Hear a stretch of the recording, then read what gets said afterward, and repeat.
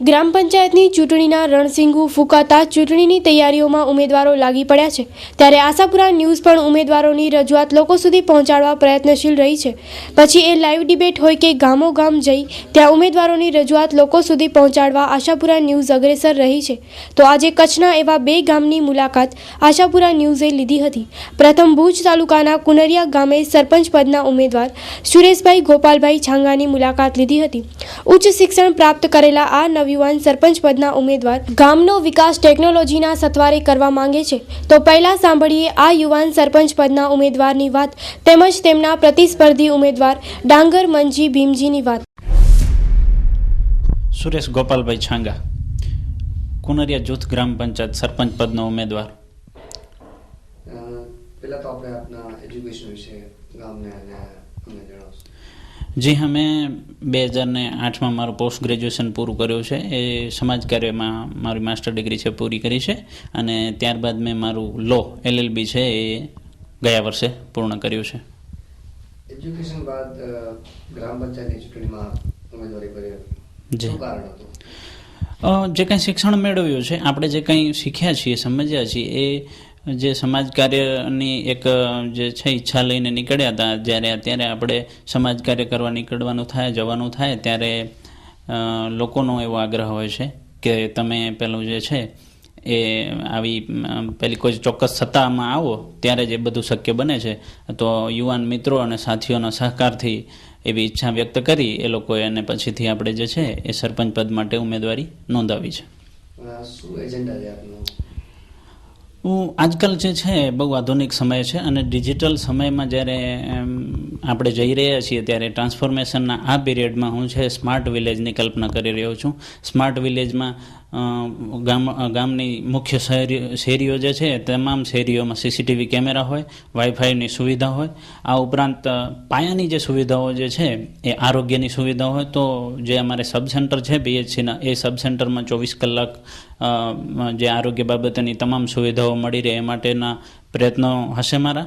હું બેકગ્રાઉન્ડ મારું શિક્ષણનો છે, એકેડેમિક ફિલ્ડમાંથી આવું છું ત્યારે શિક્ષણને પણ વધુ મહત્ત્વ આપું છું કે મારા જ ગામમાં માધ્યમિક અને ઉચ્ચતર માધ્યમિક સુધીની શાળાઓ જે છે એ હોય અને દર વર્ષે મારા પણ ગામમાંથી ડૉક્ટર, એન્જિનિયર અને વકીલો છે પેદા થાય એવા મારા શિક્ષણ ક્ષેત્રના પ્રયત્નો રહેશે। આ ઉપરાંત પાણીની સુવિધાઓના સંદર્ભમાં વાત કરીશ તો પાણીને પણ એક સારી એવી વ્યવસ્થિત એવી પાણી સમિતિ બનાવી અને પાણીનું વ્યવસ્થિત વિતરણ થાય એવા મારા પ્રયત્નો રહેશે। રોડ અને જે રસ્તાઓ છે ત્યાં વ્યવસ્થિત રસ્તાઓ બની રહે, પછી સ્ટ્રીટ લાઇટો ગોઠવાઈ જાય અને અમારા જે સાંસ્કૃતિક ધરોહર છે અથવા ધાર્મિક સ્થળો છે, આવા તમામ ધાર્મિક સ્થળોને જે છે એ હું છે વિકસાવવાનો પ્રયત્ન કરીશ અને અમારી જે એકતા અને એખલાસ, જે કોમી એકતા જળવાઈ રહે એ માટેના મારા નિયમિત એવા પ્રયત્નો રહેશે। ખાસ કરીને જે ખેડૂત છે જી, એમને ઘણી વખત જોતું હોય છે પાણીમાં, વીજળીમાં અમુક કનેક્શનો લેવામાં એમાં તકલીફ પડતી, તો એમાં આપ એક સરપંચ તરીકે આવી જાય તો આપ એને કેવી રીતે હેલ્પ કરશો? જો ગ્રામ્ય પ્રજા જે છે એ લગભગ એવું હોય છે, અશિક્ષિત હોય છે અને પહેલાં એમના દાખલાઓ માટે એમની કોઈ એવી નાની એવી યોજનાના ફોર્મ ભરવાના હોય આ તે એના માટે સતત ચિંતિત હોય છે। ત્યારે હું એક ગામના એક વ્યક્તિ તરીકે પણ એવું ઈચ્છું કે આ તમામ લોકોને જે છે આવી કોઈ તકલીફ ના પડે એના માટે હું સ્થાનિકે એક એવા મદદ સેન્ટરની ઈચ્છા વ્યક્ત કરું છું કે આવું એક સેન્ટર શરૂ થાય જ્યાંથી ખેડૂતોને, વંચિતોને, આશ્રિતોને એવી છે કોઈ પણ યોજનાઓ એની નિયમિત રીતે જે છે જાણકારી મળતી રહે। ખેડૂતોના સંદર્ભમાં હું વાત કરીશ તો સ્થાનિકે 7/12 કે એ ઉપરાંતના જે છે ફોર્મ છે સ્થાનિકે મળી રહે, સ્થાનિકે જેનું ફિલઅપ થાય અને સ્થાનિકે જ એને આ તમામ સુવિધાઓ મળી રહે એવા પ્રયત્નો રહેશે। ખેડૂતોના તાલીમ સેન્ટરની વાત કરીશ તો નાબાર્ડ છે, આત્મા છે, આવા જે ગવર્મેન્ટની જે કોઈ એજન્સીઓ છે એની સાથે હું નિયમિત સંપર્કમાં રહી અને ખેડૂતો માટે જે યોજનાઓ છે એને લાભાન્વિત કરાવવાનો પ્રયત્ન કરતો રહીશ। ખાસ કરીને વિદ્યાર્થીઓ ગામની વાત કરી, તમે સ્કૂલ માધ્યમિક સુધીની વાત કરી, તો રમત ગમતના મેદાનોની પણ આપની કંઈક આપણા એજન્ડામાં સામેલ કર્યો છે, કઈ રીતે? જી હા, બિલકુલ. રમતગમતના સંદર્ભમાં વિચાર કરું તો કોઈ પણ રાષ્ટ્રનો વિકાસ ત્યારે જ શક્ય બને છે કે જ્યારે એમના યુવાનો રમતગમત સાથે જોડાયેલા હોય. નાનકડો એવો દેશ પોલેન્ડ જે છે એ ફૂટબોલથી પ્રખ્યાત છે, તો મારું ગામ પણ એવી રીતે કેમ પ્રખ્યાત ન હોય? જેમ માનસિક રીતે સક્ષમ હોય એવી રીતે યુવાનો શારીરિક રીતે પણ સક્ષમ હોય. છેલ્લા લગભગ 5 થી 7 વર્ષ થયા હું અને મારી ટીમ જે છે એ રમતગમત ક્ષેત્રે નિયમિત રીતે મહેનત કરતા હોઈએ છીએ અને દર 26મી જાન્યુઆરીએ અમારે જે છે સ્પોર્ટ્સ ડેની ઉજવણી કરતા હોઈએ છીએ. અને આવનારા દિવસોમાં આ 26મી જાન્યુઆરીના દિવસને અમે વધુ અસરકારક રીતે વિવિધ રમતોને સાથે લઈ અને જે છે એ અમે એવા પ્રયત્ન કરતા રહીશું. આપણા એરિયામાં પશુ દવાખાનાનો ખાસ ઉલ્લેખ થયો છે, એનું શું વિચાર છે? થોડા સમય પહેલાં જ કચ્છને જે સરહદ ડેરી મળી અને સરહદ ડેરી મળ્યા પછી પશુપાલનનો બહુ ખૂબ જ વ્યાપ વધ્યો છે. અમારા આ વિસ્તારમાં 10,000થી કરી અને 10-15 હજાર જેટલા પશુધન છે.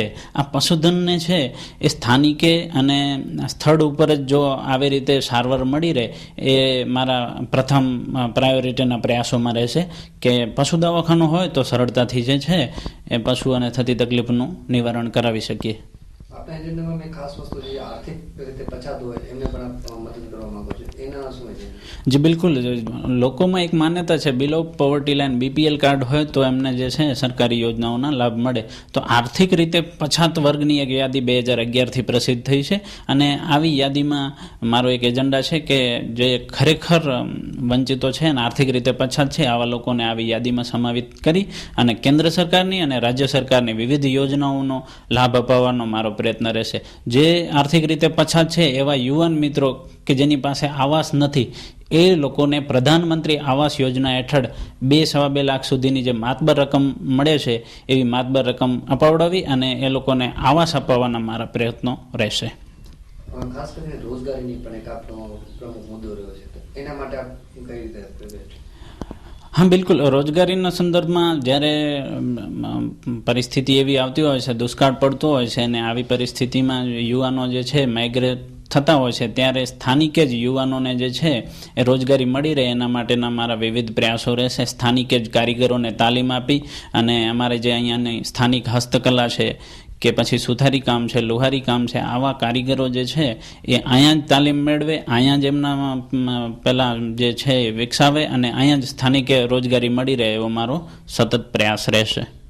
જેમ આપ કીધું પહેલી વખત આ ઉમેદવારી પત્ર ભર્યું છે, પહેલી વખત આ જંપલાઓ જ આવશે, જી તો આગામી વર્ષોમાં પેલા પાછલા જે વર્ષો છે એનામાં આ ગામનો વિકાસ થયો છે કે નથી થયો અથવા બાકી છે, એ આપના દ્રષ્ટિએ શું લાગે છે? ગત વર્ષોની વાત કરીએ તો લોકો નિરાશાવાદી જ હોય છે, પણ હું એ સંદર્ભમાં કહીશ તો સારા એવા કામો થયા છે અને હજી ઘણું બધું કરવાનું બાકી છે અને એ ઘણું બધું જે કાંઈ કરવાનું છે એના કદાચ યશભાગી હું બનું એવા મારા પ્રયાસ રહેશે.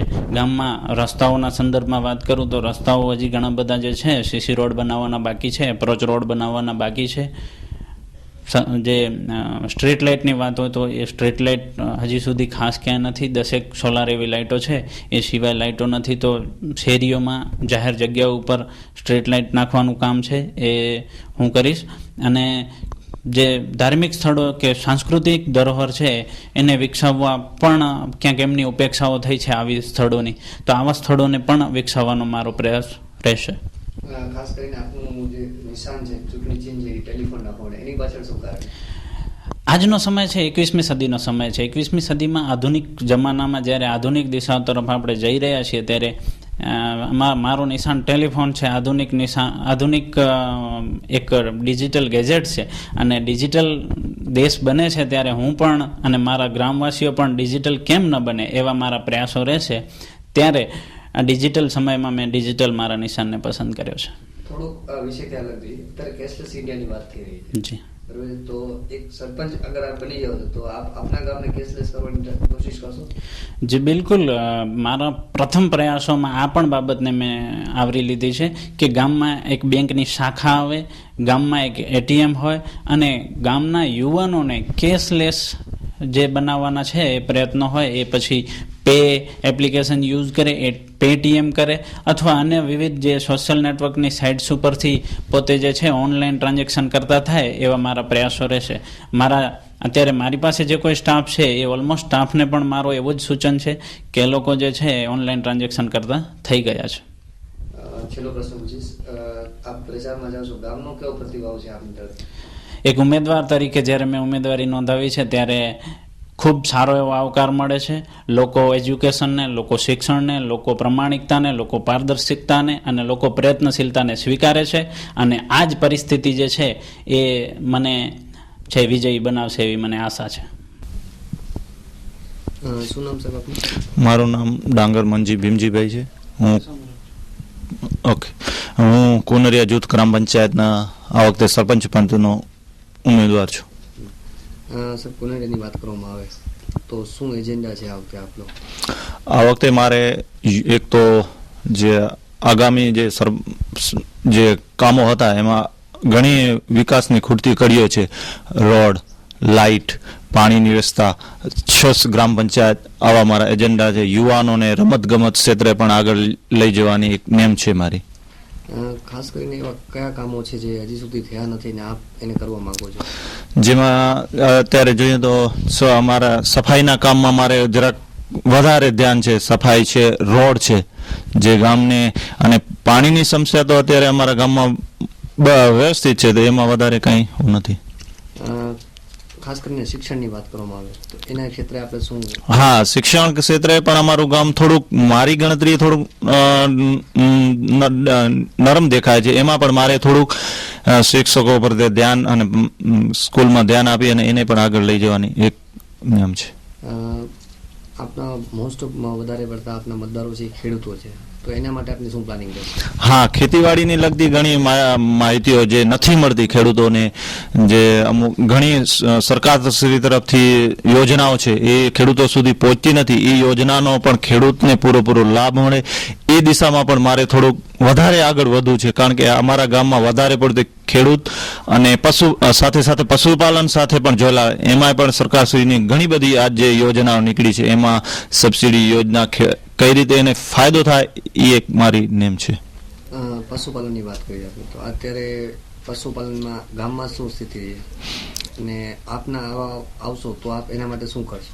અત્યારે અમારે વધારે તો ખેતીવાડી પણ એની સાથે પશુપાલન છે. તો જે પશુપાલનમાં સરકારની ઘણી યોજનાઓ છે, એ પશુપાલન લોકોને યોજનાઓનો લાભ મળે એમાં હેતુથી આપણે પશુપાલનના યોજનાઓનો લાભ એ તો આપણે વાત કરી. બરાબર. પશુ દવાખાના પણ હોવા જરૂરી છે, એના માટે કંઈ? હા, એ દવાખાના જો એ દરજ્જા સુધી કદાચ આપણે ન પહોંચી શકીએ, પણ એ પણ એક ઝુંબેશ આપણે ચલાવશું. પશુપાલનના જે દવાખાના છે એને પણ આપણે. આરોગ્યની વાત કરી ગામના, તો એના માટે હા, આરોગ્યમાં તો અમારું પેટા આરોગ્ય કેન્દ્ર અત્યારે ચાલુ છે, પણ લોકોને એમાં વધારે સુવિધા મળે એ રીતે આગળ વધવું છે. ખાસ કરીને ગામને અત્યારે માહોલ ગણીએ ચૂંટણીના, તો એક તો આપણો ચૂંટણી ચિહ્ન એ શું છે અને ગામનો કેવો પ્રતિસાદ મળી રહ્યો છે? મારો ચૂંટણી ચિહ્ન છે પાણીનો ઘડો. લોકોને હું એવી રીતે માંગુ છું કે મને મારો ઘડો વોટથી ભરી આપો તો હું તમને પેલું પાણીથી લોકોને પાણી સુધી પહોંચાડીશ. ગામમાં અત્યારે પ્રતિસાદ કેવો છે? ગામમાં મને બહુ સારો પ્રતિસાદ છે અને હું જંગી બહુમતીથી જીતું એવી 100% ખાતરી આપું છું. ઉમેદવારોની વાત કરીએ તો આપના જે પ્રતિસ્પર્ધી છે, એજ્યુકેટેડ છે, ગામમાંથી જ છે અને સમાજમાંથી જ છે, તો એનો કેટલો પ્રભાવ પડશે મતદારો ઉપર? 100% પ્રભાવ. કારણ કે અમે બંને યુવાનો છીએ અને અમે એક સાથે રમ્યા છીએ, ભણ્યા પણ એક સાથે છીએ અને સાથે સાથે અમારી જન્મ તારીખ પણ એક જ છે. એટલે અમારે બંનેનો પ્રતિસાદ તો જેટલું સામેવાળાનું પડશે એટલું આપણું પણ, મારું પણ પડશે. એજ્યુકેશનની વાત કરીએ તો એ હાઈલી એજ્યુકેટેડ છે અને એક એવું લાગે છે કે આખો એક ગામનો જે યુવા ધન છે એ એજ્યુકેશનને અથવા આપના જે પ્લાનિંગ છે એના તરફ ખેંચાશે. એ તો મતદાર ટાઈમ ઉપર બતાવશે, પણ સાથે સાથે માણસ કુટુંબ પણ જોશે, પરિવાર પણ જોશે, એની લાગણીઓ બધાની હશે જ. ખાસ કરીને અત્યારે આપના ગામના મતદારોને આપ શું સંદેશો આપશો? કે મને મત આપી વિજય બનાવે, હું ગામના લોકો સાથે રહીશ અને ગામની વિકાસની ખૂટતી કોઈ પણ કડી હશે એને સાથે હું બાંયધરી આપું છું. ખાસ કરીને અત્યારે જે ઇન્ડિયામાં વાત ચાલી રહી છે કેશલેસ ઇન્ડિયા, બરાબર, જ્યાં કેશલેસ ઇન્ડિયાની વાત થઈ છે, તો આપ અગર સરપંચ પદ ઉપર આવો છો તો આપના ગામને આપ કેશલેસમાં કેવી રીતે પ્રયત્નો કરશો? એના પણ સારા મારું બીજું એક છે કે ખેડૂત વર્ગ છે, સાથે સાથે એને એક બેન્કિંગ પણ એક મારા મનમાં છે કે અહીંયા બેંકની એક શાખા આપે તો ખેડૂતોને અને કેશલેસનું એ બધું આપણે કરી શકીએ. બંને ઉમેદવારોની રજૂઆત સાંભળી ખરેખર આનંદ થાય છે કે ગામમાં વિકાસલક્ષી કાર્યો કરવા ભણેલા યુવાન આગળ આવી રહ્યા છે. આજે આપણે કુનરિયા ગામમાં ગ્રામ પંચાયતની ચૂંટણીના ઉમેદવાર સુરેશભાઈ ગોપાલભાઈ છાંગાના મળવા આવ્યા હતા. એમના ઇન્ટરવ્યૂ પછી આપણા સાથે કેટલાક ગ્રામજનો છે, આપણે એમને પૂછીએ અને એમના ઉમેદવાર વિશે એમને પૂછીએ. આપને જે ઉમેદવાર તરીકે ફોર્મ ભર્યું છાંગાભાઈ, બરાબર, સુરેશભાઈ, શું લાગે છે સરપંચ? 110% શું અપેક્ષાઓ રાખો છો આપ સુરેશભાઈ? 110% પૂરેપૂરી અપેક્ષા રાખીએ છીએ કે પૂરેપૂરો અમને સપોર્ટ આપશે કામમાં. ખાસ કરીને ગામની અત્યારે જે સમસ્યાઓ છે એ સુરેશભાઈ કેટલી સમજી શકે છે ને? 110% બધી હાલ કરી છે સુરેશભાઈ. બધી અમે એટલે લાઈક કરી છે કે સુરેશભાઈ એજ્યુકેટેડ માણસ છે અને ગામનું આગળ જતાં બહુ વિકાસ કરશે એવી અમને અપેક્ષા છે. અને અમે ગામ લોકોને એમ બધાને કહીએ છીએ કે ભાઈ સુરેશભાઈને જીતાડે કે ગામનું સારામાં સારો વિકાસ થાય અને ગામનું બહુ સારું લાગે. એટલે સુરેશભાઈ પોતે એકજોટ માણસ છે અને શાંતિપ્રિય માણસ છે અને ચૂંટણી પહેલાં પણ એ લોકો ઘણીને મદદ કરી ચૂક્યું છે. ગરીબ છે, કોઈ બીમાર છે ને પહેલાંથી મદદ કરી ચૂક્યું. હવે તો ઉમેદવાર છે તો અમને વધારે આશા છે અને સારું કામ કરશે એ. ખાસ કરીને દર્શક મિત્રો 100% સાચી વસ્તુ છે કે જ્યાં એજ્યુકેટેડ સરપંચની વાત થતી હોય એ ગામમાં ખરેખર ગામના એમને પણ અપનાવે છે. કેટલાક બીજા વ્યક્તિઓ પણ છે જો હું એમની સાથે વાત થઈ શકે. મિત્રો, હું તો આ ગામનો રહેવાસી છું. મારું નામ રૂપાભાઈ વાણિયા છે. મને ઘણો બધો અનુભવ છે અને વિશ્વાસ પણ છે આ સુરેશભાઈ છાંગા ગરીબનો અને ગામના વિકાસ અને સારા કામ કરશે એ અમને પૂરેપૂરો વિશ્વાસ છે અને બધાને અનુભવ છે કે આ સારા કામ કરશે એવો અમને વિશ્વાસ છે. સુરેશભાઈની મેં એજન્ડા જોયું એમાં ખાસ કરીને ખેતીને લગતું હોય તો એમના કંઈક નવા વિચારો છે. પછી ગામમાં સીસીટીવી કેમેરા લગાડવાનો હોય, છોકરાઓ માટે શિક્ષણ માટે હોય, આરોગ્ય હોય, પશુ દવાખાનું હોય, એ આ બધી એમના મેન્યુફેક્ચરમાં છે. તો શું લાગે છે આ બધું પૂરું થઈ જશે? જી સાહેબ, એ બધું પૂરું થઈ જશે. અમને પૂરેપૂરો વિશ્વાસ છે કે ગામના વિકાસ કરશે, સારા કામ કરશે. એ જે પ્રશ્નો છે જે તમે આપ જે કહો છો એ બધા પ્રશ્નો હલ થઈ જશે એવો પૂરેપૂરો અમને વિશ્વાસ છે. કુનરિયા ગામના ગામજનોના આપે વિચાર સાંભળ્યા અને 100% હવે આખું ગામ એક એજ્યુકેટેડ પર્સનને પોતાનો સરપંચ બનાવવા જઈ રહ્યા છે એવું ચોક્કસપણે લાગી રહ્યું છે. કેમેરામેન હિરેન સાથે પૃથ્વીરાજસિંહ જાડેજા, આશાપુરા ન્યૂઝ, કુનરિયા. ગામ બાદ અમે લુડાઈ ગામના એવા જ એક ઉચ્ચ શિક્ષણ પ્રાપ્ત કરેલ યુવા સરપંચ પદના ઉમેદવાર ભરતભાઈ હરિલાલ ડાંગરની મુલાકાત લીધી હતી. નોંધ કરવા જેવી વાત એ છે કે ભરતભાઈના પરિવારમાંથી છેલ્લા 50 વર્ષથી કોઈના કોઈ સભ્યો લોડાઈ ગામનું નેતૃત્વ કરવા આવ્યા છે. તો ભરતભાઈ ડાંગર પોતે માજી સરપંચ રહી ચૂક્યા છે. તો વિકાસની આ અવિરત યાત્રા આગળ વધારવા આ વર્ષે પણ મેદાનમાં ઉતર્યો છે. તો સાંભળીએ વિકાસની ગાથા ભરતભાઈ ડાંગરના શબ્દોમાં. ભરતભાઈ હરિભાઈ ડાંગર, લોડાઈ જૂથ ગ્રામ પંચાયતનો ઉમેદવારી પત્રક ભર્યો છે મેં. ખાસ કરીને લોડાઈની વાત કરવામાં આવે જી, આપના પૂરા પરિવાર જી, આ ગામની વર્ષોથી સેવા કરતા જી. શું છે આપનું, ક્યારથી ચાલુ થયું અને ક્યારથી આપના ઉપર વધારે વર્ષો આવે? જોકે અમારા દાદાના દાદા હતા, પરદાદા, ત્યારથી અમે આ વારસો ચલાવી રહ્યા છીએ. જ્યારે પંચાયત રાજ નહોતું ને જ્યારે પટેલ રાજ હતું ત્યારે પણ સંચાલન અમારા પરિવાર જ આગેવાની કરતા હતા. અને એના પછી છેલ્લા 50 વર્ષથી અમારા કુટુંબને અમારી ગ્રામજનોએ જે આશા રાખી છે અને એના ઉપર ખરા ઉતર્યા છીએ ત્યારે જ અમને વર્ષો વર્ષ અમને ચૂંટે છે અને અમે સમર્પણ અમારું જીવન જ લોકોને સેવામાં કર્યું છે. બે ટર્મમાં પણ આપ હતા? જી. ખાસ આ ટર્મમાં પણ અમારી વ્યુઅર્સ માટે એક તો ખાસ તમારું એજ્યુકેશન જી, એ જાણવા માંગુ છું. મેં BBA કમ્પ્લીટ કર્યું છે બેંગ્લોર કોલેજથી અને મારા મેડમ છે એ બી ડૉક્ટર છે. અને એજ્યુકેશનમાં વિસ્તાર મારે લંડનમાં પણ મેં ફર્ધર MBA કર્યું અને એ અમારે અહીંયા ખેતી પછીનો એ મોટો વ્યવસાય છે. એના માટે અમે સરકારની યોજનાઓમાંથી જે અછતની અંદર જે ઘાસ લઈ આવવાનું હોય છે એના પાછળ અમને પૂરેપૂરી અમે મહેનત કરતા હોઈએ છીએ. અને જેમ જેમ અમે જેવું વરસાદ પડે છે ને કે જેવી અછત આવે છે એ પ્રમાણે પ્રયત્ન કરવાનો હોય છે ને બાકી લોકોને હાલાકી એ ક્ષેત્રના અંદર થોડી વધારે અમારે હોય છે. એટલે એના માટે હવે જોઈએ કે નવા આયોજન સરકાર કેવું કરે છે આવતા વર્ષના અંદર. જેમ કે તમે પાછલા વર્ષમાં જોયું હતા, પાછલા વર્ષે પણ તમે જતા જી તો અમુક ગામમાં દાખલાઓમાં તકલીફ પડતી હોય છે. એ વસ્તુ આ ગામમાં આ સમસ્યા ક્યાં એ દાખલાઓની તો કોઈ અમે પ્રશ્ન આવવાય નથી દેતા. અમારા જ્યાં સુધી અમારો કાર્યકાળ છે ત્યાં સુધી કોઈ દાખલાના રિલેટેડ અમે કોઈ પ્રશ્નો ઊભા જ નથી થવા દેતા. અહીંયાથી જે જરૂર હોય પંચાયત ક્ષેત્રથી એ તો તાત્કાલિક પતી જાય છે. છતાં અમારા બીજા બી અમારા પંચાયતના માણસો રાખ્યા છે કે જે તાલુકા પંચાયત કે મામલતદારમાંથી અગર કંઈ લોકોને જરૂરિયાત પડતી હોય, હેલ્પની જરૂર પડતી હોય તો એ પોતે જઈને ત્યાં કરાવી આપે છે. અને હું પર્સનલી બી જઈને ભલામણો કરીને એ કામ તો દાખલાના તો અમે કરાવવો જ પડે છે ને એ કરી બી નાખીએ છીએ અમે. એના સિવાય અત્યારે ખાસ કરીને કેશલેસ ઇન્ડિયાની વાત કરી. જી આપ આ ગામમાં આવો છો જી તો આપના ગામને તમે કેશલેસ કઈ રીતે બને અથવા એ ક્ષેત્ર તમારો કેવા ધ્યાન દર્શાવે? કેશલેસ ક્ષેત્રના અંદર અમને આપણા માનનીય શ્રી નરેન્દ્ર મોદીજીએ જે કેશલેસ તરફ જે મોટો આ કર્યો છે, આહ્વાન કર્યો છે, એનામાં આપણે પૂરેપૂરું અમે સમર્થન છીએ. અને મારું પર્સનલી હું એનામાં પૂરેપૂરી મહેનત કરીશ. અને છેલ્લે અમારે કલેક્ટર સાહેબથી બી એ બાબતે વાત થઈ હતી કે પેટીએમ વાળાને અમે ટીમ તમારા ગામના અંદર મોકલીએ છીએ અને કેશલેસ બનાવવાનો એક તમારાથી જ એક નવો અમે કચ્છના અંદર પ્રેરણાદાયક એક ચાલુ કરીએ. પહેલું કેશલેસ આપણા ગાંધી સાહેબે જ મને ખાસ સલાહ આપી હતી. એટલે પ્રોબ્લી 1-2 દિવસના અંદર અથવા કે ચૂંટણી પછી એ તરત જ ઇમ્પ્લિમેન્ટ કરશું અને અમારા લોડાઈ ગામને કેશલેસ બનાવવાના 100% અમે સૌથી પહેલાં સફળતાપૂર્વક મેળશું એ અમને પૂરી ખાતરી છે.